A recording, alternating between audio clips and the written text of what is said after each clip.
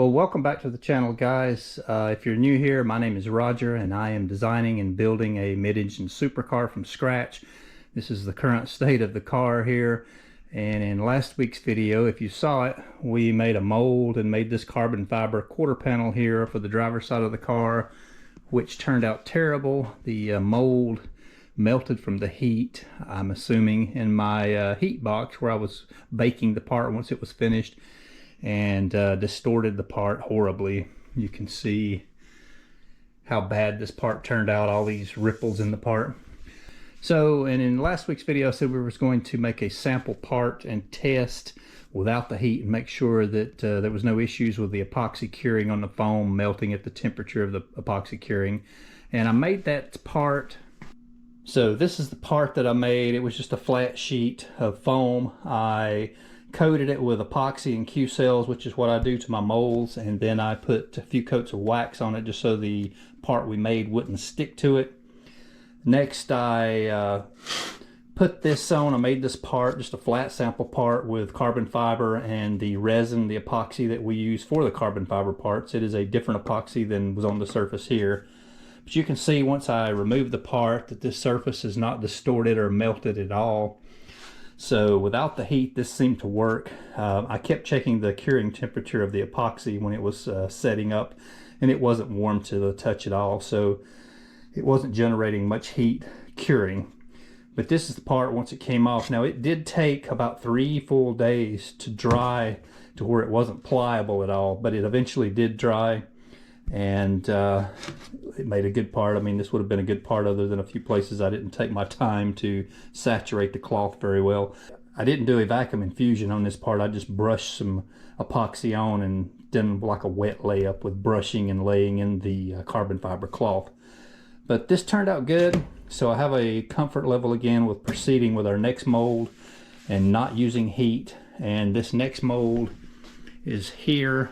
This is the passenger side quarter panel, and this mold I put high build primer on 2 days ago, and I sanded, block sanded, and then wet sanded it to a smooth finish. The mold is in pretty good shape. I just taped it out tonight and put the first coat of wax on. You can see that wax is starting to dry. In some places it's getting white and hazy where it's drying. So over the next 2 days I'll put all 6 coats of wax on this part, and then this weekend, Saturday, we'll be trying to make a part again. But that brings you up to speed on where I'm at currently. Let me get this wrapped up and we'll be ready to make a part on it this weekend. And I need to get back to CNCing parts for new molds. I had stopped on the CNC until I saw that this was going to be successful, or it looked like it was going to. And I have quite a bit of confidence that this will be okay. So I'm going to get back to cutting our next mold to follow behind this one so we don't waste much time between the two. But let me get busy and I'll check back with you guys soon with an update. All right, well, here we go again. I have this other mold for the passenger side quarter panel out in the garage, and we are ready to try to make another part. Hopefully this will be more successful than the last one. But things are getting tight out here. I've got foam and my lawnmower with the trailer. This is a good workbench for me to make the mold on, as I need my table here for cutting the materials. The CNC is covered in junk supplies that I need to work today. And well, let's go ahead and get started and see if we can make a successful part this time.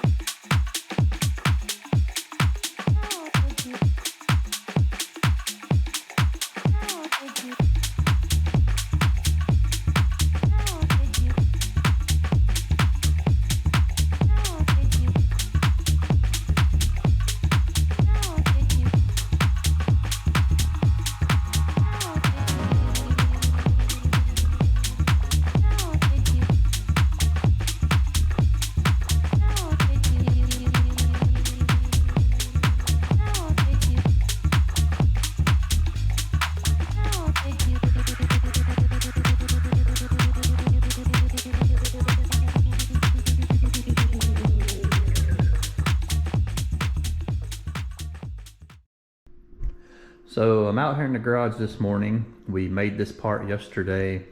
I didn't use the heat yesterday during the vacuum infusion process. What I did this time was after the infusion, I left the vacuum on for 3 hours instead of my normal 2 hours. I wanted to make sure that the epoxy had started setting up and curing, so when I turned the vacuum off there wouldn't be any issues. And then I let this mold set all night long. And this morning I came out here and tilted it up in the corner like you see it now. I'll explain why in a minute. But I turned the box on, or the heat on in the oven, and cooked this part for 4 hours at the normal temperature, and just to see what happened. Since the epoxy had set up overnight, I didn't think there was any risk of running the heat this morning and go ahead and curing the part fully. Something else that I deducted just from a little observation and research was, I believe the reason that the last one failed was when this part is turned down and sitting on the floor the way that or in the position that I did the vacuum infusion. Once I turned the heat on, the mold itself is sitting against the back wall. When I shut the doors are touching the front wall, and the heat was, both of these heaters are underneath this mold. Maybe the mold's probably 12 inches off the ground or so. It traps the heat below the mold. The only void areas are, there's like 6 or 8 inches on each side of the mold for heat to rise up above it. And I think with both heaters running and the heat trapped underneath the mold, it exceeded the 135 degree temperature, probably well exceeded that, and melted the mold. I believe that's what's happening. I'll post a picture of what it looks like here so you can see how tight it is inside the oven here, and how little room there was on each end for heat to rise up above on the top side.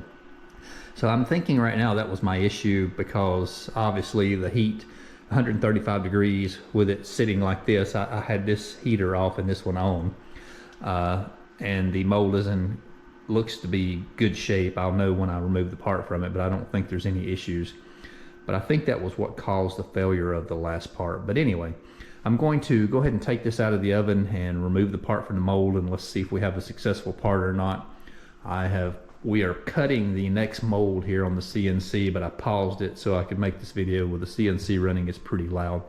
So I'll get this part moving again and cutting and let it finish up. And in the meantime, I'll be removing this part from the mold, and let's see if we have a successful part this time or not. Okay, so here's our part. Just take it out of the mold and looked it all over good, cleaned it up a little, and I just wiped it down with wax and grease remover to get the wax off of the part. That's why it really looks black and shiny. That wax and grease remover almost makes it look like it's been clear coated. It's starting to evaporate and dry in places, but I think you can see how nice the part turned out. Maybe there's some air bubbles up in here that I always get. I haven't figured out how to eliminate those yet, but since we're painting these parts, it doesn't really matter. We'll streak air bubbles here. But this part is definitely usable. There's a few little flaws on it. There's one or two little spots that'll need some work. There's a spot here that's, or maybe it was over here, that has a little bit of texture to it. I'll have to put some highbrow primer and block sand it, but that'll come out easy with primer. There was one spot right here, probably can't see it, but it's a low spot. It's not quite sure why. I guess I just didn't get the material pressed down far enough, but it is deep enough that I don't think high-brow primer will take it out. I'll probably have to fill that in with some epoxy and work it down. But other than that, it's just minor stuff. Good coat of high-brow primer and block sanding this will have it in really good shape, and turned out to be a pretty nice part. One of the nicer ones we've made. Maybe not the nicest, but definitely usable. So I'm very happy with it. It was a lot of work to get this, but learned some things, and hopefully I won't make the same mistakes twice. So I guess I need to get this part trimmed out and sitting on the car so we can take a look at what it looks like on the car. So let me get busy doing that. Alright, so here is the part on the car after it's been trimmed out, and it is nowhere near the correct location, but it's close. It's not lined up here because I'm bumping in a couple of areas, and this corner here needs to be trimmed exactly to fit around this roll bar. It's bumping up in here. I need to remove some more area there, but you can see kind of what this will look like here. This part turned out much better than the other side. This is a very usable part. It's kind of dark over here, but maybe you can see what this looks like. I have it close to the right place here around the fender well. It aligns and looks good. You can see this isn't even close to touching here, aligning, but I need to remove a little bit of material right here. And here's this low spot I pointed out earlier that'll need to be filled in with some epoxy.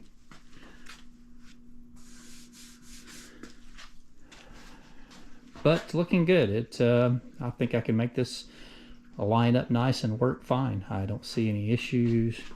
You can see the wheel and tire alignment here with the body. It's inset just ever so slightly, almost flush. It may stick in a half of an inch or so, which was the plan. I think that looks good.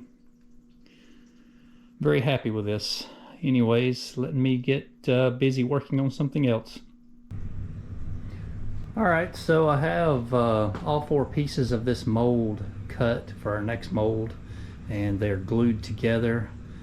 And I had to do this mold in four pieces because, one, it's too long to fit on my CNC. It was just a few inches too long. So I went ahead and cut it and spliced it here between the two windows, side windows. And because there's undercuts here, this is where it glues to the roof of the car. And there's an undercut here, and this is where the pocket is for the glass to glue in. But both of those were undercuts, so I wasn't able to do this in one piece in that area. But it was easy just to make these four pieces and glue them together. I have a little void area here I'll have to fill in. I don't know why, maybe some bad engineering on my part, but that'll be easy to fill in.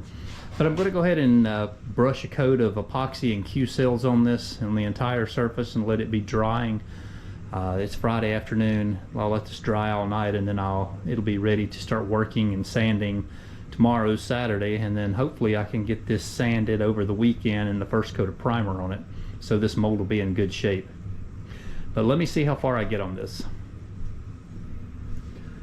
Alright, so I just put the first coat of high-build primer on this mold, and it's looking pretty good. I need to sand it down and see if there's any spots I need to work on. There's probably a couple, I'm sure there are, but it's looking good.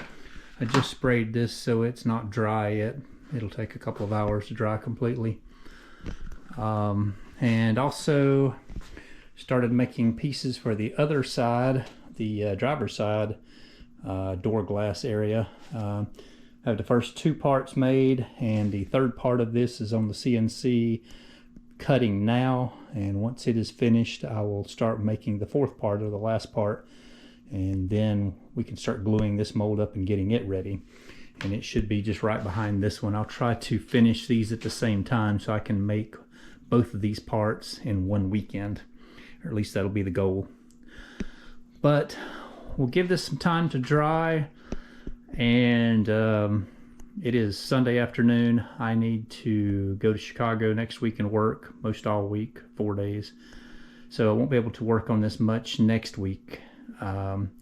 But by the time you see this video, I will already be back from Chicago. So didn't quite get full 3 weeks in on this video, about a little over 2 weeks, but we accomplished quite a bit.